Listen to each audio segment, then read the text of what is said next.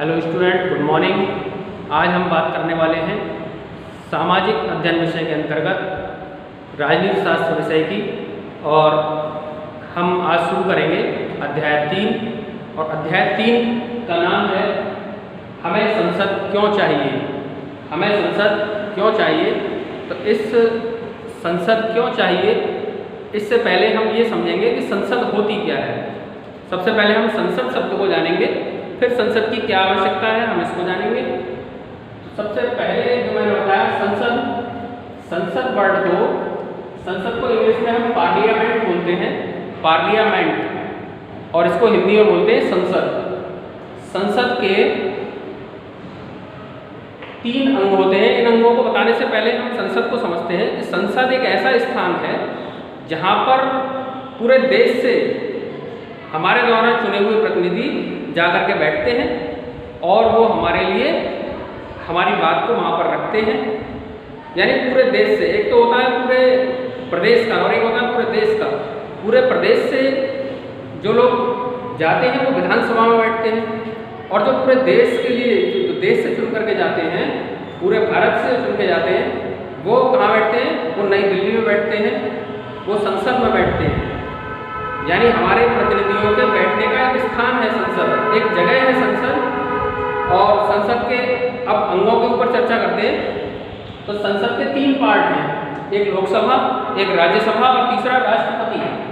ये 3 संसद के अंग हैं, लोकसभा, राज्यसभा और राष्ट्रपति। इन तीनों अंगों का होना बहुत ही आवश्यक है। अगर इसमें से एक भी अंग निकाल दिया जाए या एक भी पार्ट निकाल दिया जाए तो संसद नहीं मानी जाएगी। तो लोकसभा भी एक स्थान है और राज्यसभा भी एक स्थान है, और राष्ट्रपति एक व्यक्ति होते हैं जो हमारे संविधान के प्रमुख होते हैं। हमारे देश का जो संवैधानिक प्रमुख है वो कौन है? वो राष्ट्रपति है। हमारे देश का पूरे संविधान का जो प्रधान है वो राष्ट्रपति होता है, सर्वोपरि राष्ट्रपति होता है। तो राष्ट्रपति भी इसमें इंक्लूड है संसद के अंदर। भले ही लोकसभा और राज्यसभा कुछ भी निर्णय कर दें, लेकिन जब तक राष्ट्रपति की सहमति नहीं होगी तब तक कोई भी कानून नहीं बन सकता है। तो राष्ट्रपति इसमें संसद के अंदर इंक्लूड है। ये बात आपको विशेष रूप से ध्यान रखनी है। अब बात आती है कि संसद, आप समझ गए, संसद एक ऐसा स्थान है जहाँ पर हमारे द्वारा चुने हुए प्रतिनिधि जाकर के बैठते हैं और हमारे लिए, देश के लोगों के लिए निर्णय लेते हैं। अब प्रतिनिधि चुनते कैसे हैं और कैसे पहुँचते हैं? तो उसके लिए एक होता है सार्वभौम वयस्क मताधिकार, सार्वभौम या सार्वभौमिक वयस्क मताधिकार। यानी ये वोट डालने की पावर होती है। 18 साल से अधिक उम्र का कोई भी व्यक्ति, 18 वर्ष या उससे अधिक उम्र का कोई व्यक्ति, कोई भी स्त्री हो चाहे पुरुष हो, वो वोट डाल सकता है, अपना प्रतिनिधि चुन सकता है। अब थोड़ा सा इतिहास में जाते हैं, इतिहास में जानने का कोशिश करते हैं। हमने संसद को समझ लिया, संसद क्या है। अब थोड़ा पीछे जाकर के समझते हैं कि इसका संसद का अस्तित्व आया कैसे। देखिए, आपने पिछले वाले चैप्टर में जो संविधान चैप्टर था उसमें आपने पढ़ा था कि हमारे देश का जो संविधान है उसके मैंने आपको 5 डायमेंशन बताए थे, 5 आयाम बताए थे, जिसमें एक था संघीय व्यवस्था, दूसरा संसदीय शासन पद्धति, तीसरा धर्मनिरपेक्षता, और 2 और बताए थे। ठीक है, एक मौलिक अधिकार था। तो ये आपको ध्यान में रखने हैं। उनमें से ही एक जो संसदीय शासन पद्धति मैंने बताया, तो संसदीय शासन पद्धति यही है। ठीक है, देश के अंदर एक संसद होगी और प्रत्येक राज्य के अंदर विधानसभाएं होंगी। विधानसभाओं में विधायक बैठते हैं और संसद में सांसद बैठते हैं। संसद का सदस्य सांसद कहलाता है और विधानसभा का सदस्य विधायक कहलाता है। विधायक को इंग्लिश में एमएलए बोलते हैं और सांसद को इंग्लिश में मेंबर ऑफ पार्लियामेंट बोलते हैं। संसद को इंग्लिश में पार्लियामेंट बोला जाता है या पार्लियामेंट हाउस बोला जाता है, और संसद के सदस्य को मेंबर ऑफ पार्लियामेंट बोला जाता है। यानी संसद का सदस्य बराबर सांसद, ये संसद है और इसमें बैठने वाला सांसद है। अब बात करते हैं 1885 से 1885 से बात करते हैं।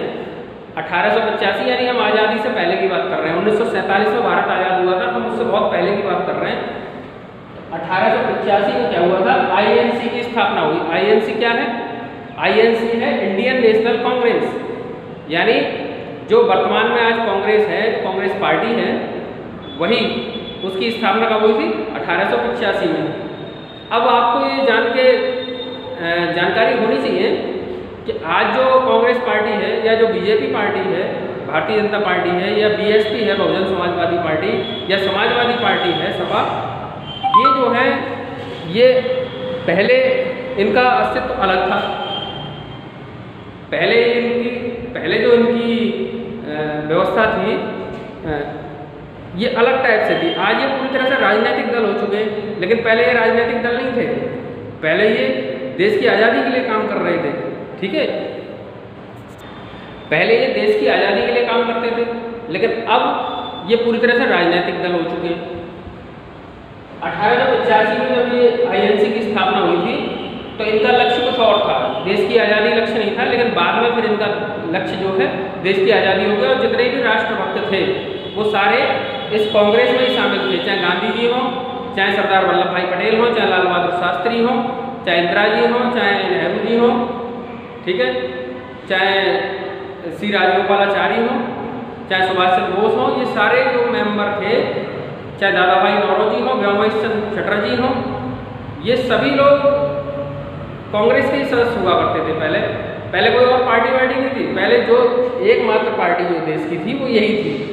अब इसका काम क्या था कि इनकी स्थापना जो हुई, स्थापना होने के बाद ये अंग्रेजों ने इसकी स्थापना की थी, अंग्रेजों ने इसकी स्थापना की, लेकिन बाद में धीरे धीरे इसमें भारतीयों का प्रतिनिधित्व बढ़ता चला गया और ये देश की आज़ादी के लिए राष्ट्रभक्ति का कार्य ये संस्था करने लगी। कौन? आईएनसी, इंडियन नेशनल कांग्रेस, जो आज जिसको हम कांग्रेस बोलते हैं, जिसके प्रेसिडेंट सोनिया गांधी हैं वर्तमान में। उसके बाद क्या होता है? 1909 में एक गवर्नमेंट ऑफ इंडिया एक्ट आता है, भारत शासन, गवर्नमेंट ऑफ इंडिया एक्ट, ठीक है ना। तो भारत शासन अधिनियम, हिंदी में क्या बोलेंगे? भारत शासन अधिनियम। इस शासन अधिनियम में क्या होता है? ये 1909 में आता है। इसको मार्ले मिंटो सुधार भी कहते हैं, मार्ले और मिंटो। पहले आप जब पढ़ेंगे हिस्ट्री को तो उसमें आपको समझ में आएगा कि पहले वायसराय हुआ करते थे, ठीक है ना, उससे पहले गवर्नर जनरल हुआ करते थे। तो ये वायसराय वाली बात चल रही है। 1858 के बाद में वायसराय बनना शुरू हुए थे। तो मिंटो महोदय जो थे, मिंटो सेकंड, वो भारत के वायसराय थे। और मार्ले जो थे, मार्ले वो भारत सचिव थे, वो इंग्लैंड में बैठा करते थे।